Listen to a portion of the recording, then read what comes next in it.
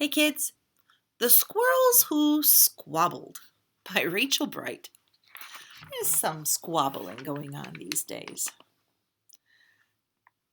It's like Scrat after that acorn, but it's squirrels after the pine cone. The Squirrels Who Squabbled. So we got the squirrel, and we got another squirrel, and a big empty falling leaves woods. In a towering forest where the summer had been, the leaves turned to gold as a cold wind blew in, and as autumn arrived with the sky raging red, the sleepiest creatures got ready for bed. While up in the tree swung a slightly young squirrel, who everyone knew as Spontaneous Cyril. Great name.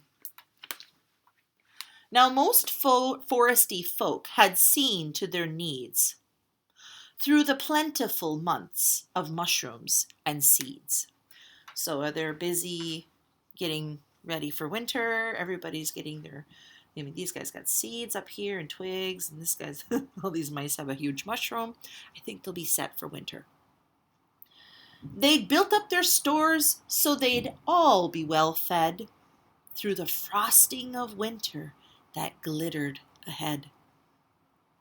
But Cyril, he lived in the now and here.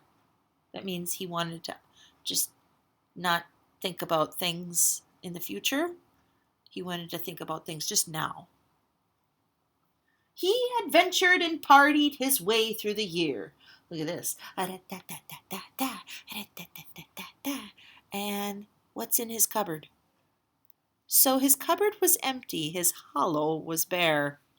Oh, he hadn't had a mouthful of food anywhere. Look at all his, it's called his seedies instead of Wheaties. But wait, what was that? Over there, take a look. A single pine cone wedged in a nook. He squealed with delight, and for a very good reason. For inside were the very last nuts of the season.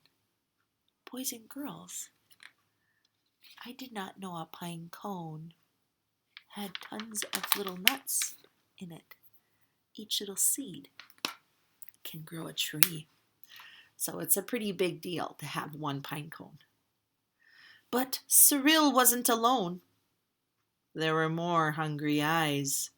Yes, plan ahead, Bruce. He had his sight on the prize.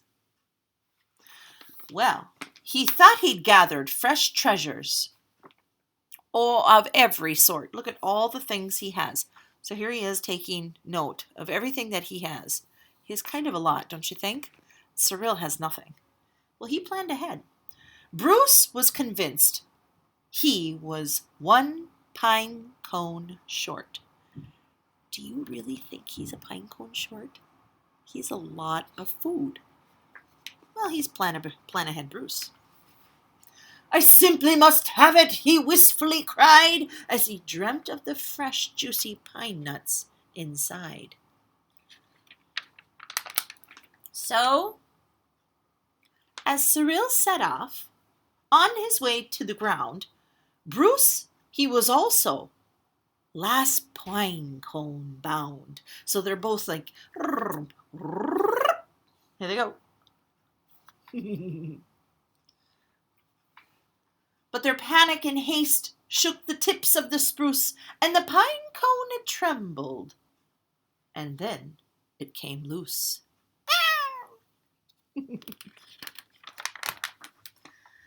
Both squirrel gave a chase at a lightning pace. This was the start of a wild, nutty race. There they do. And there they go. Down the hill after the pinecone. It's mine! shouted Cyril. No, it's mine, howled Bruce. You don't stand a chance. Give up. It's no use. I'm hungry, cried Cyril. This cone is not yours. Stay back, shouted Bruce. This cone is my stores. So they're kind of greedy. Like when toilet paper went out of stock. It boinged over the bushes. The boing. Let's watch it.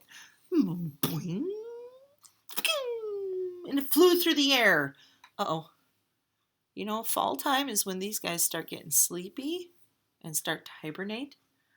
Don't anger the sleeping bear. It boinged on the nose of a slumbering bear. The boing. Here it goes. Boom, boom, boom, boom. And it bounced over boulders and then came to a what? Not a ... Oh no. So, don't angry a sleeping bear. Look what's coming after him. It came to a stop. Then teetered and wobbled and quivered and, oh no, not ...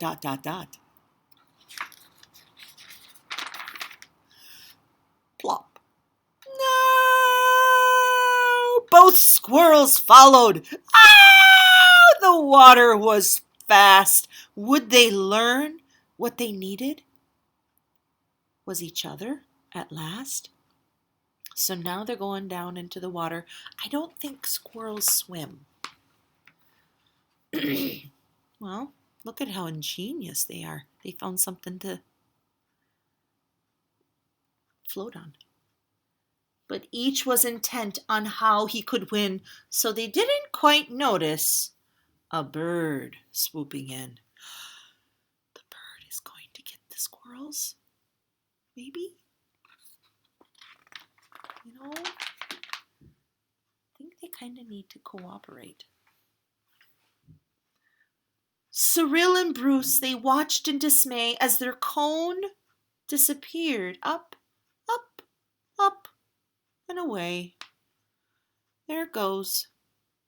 Oh, that's so sad.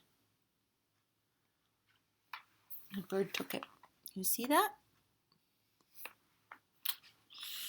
They were squabbling, fighting, and they weren't paying attention. They're still not paying attention. What's coming? Uh-oh. And meanwhile, they drifted right up to the ledge. Greed was driving them. No, look at ... Over the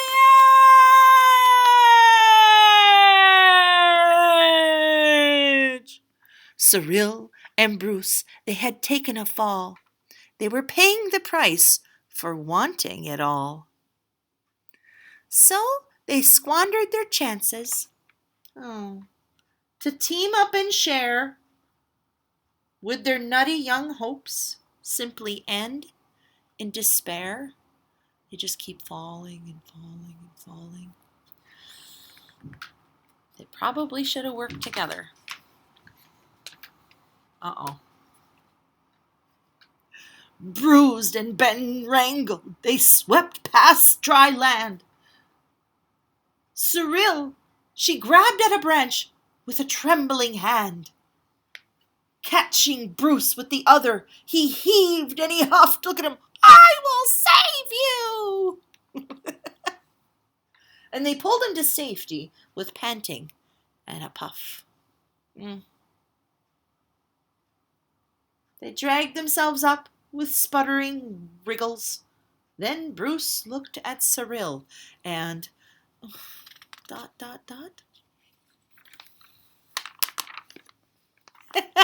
exploded in giggles. Look at him. How silly we are, he managed to mutter. How greedy I've been, he proclaimed with a sputter. We shall change from today. May the squabbling cease. We should celebrate. seeing that we're both in one piece.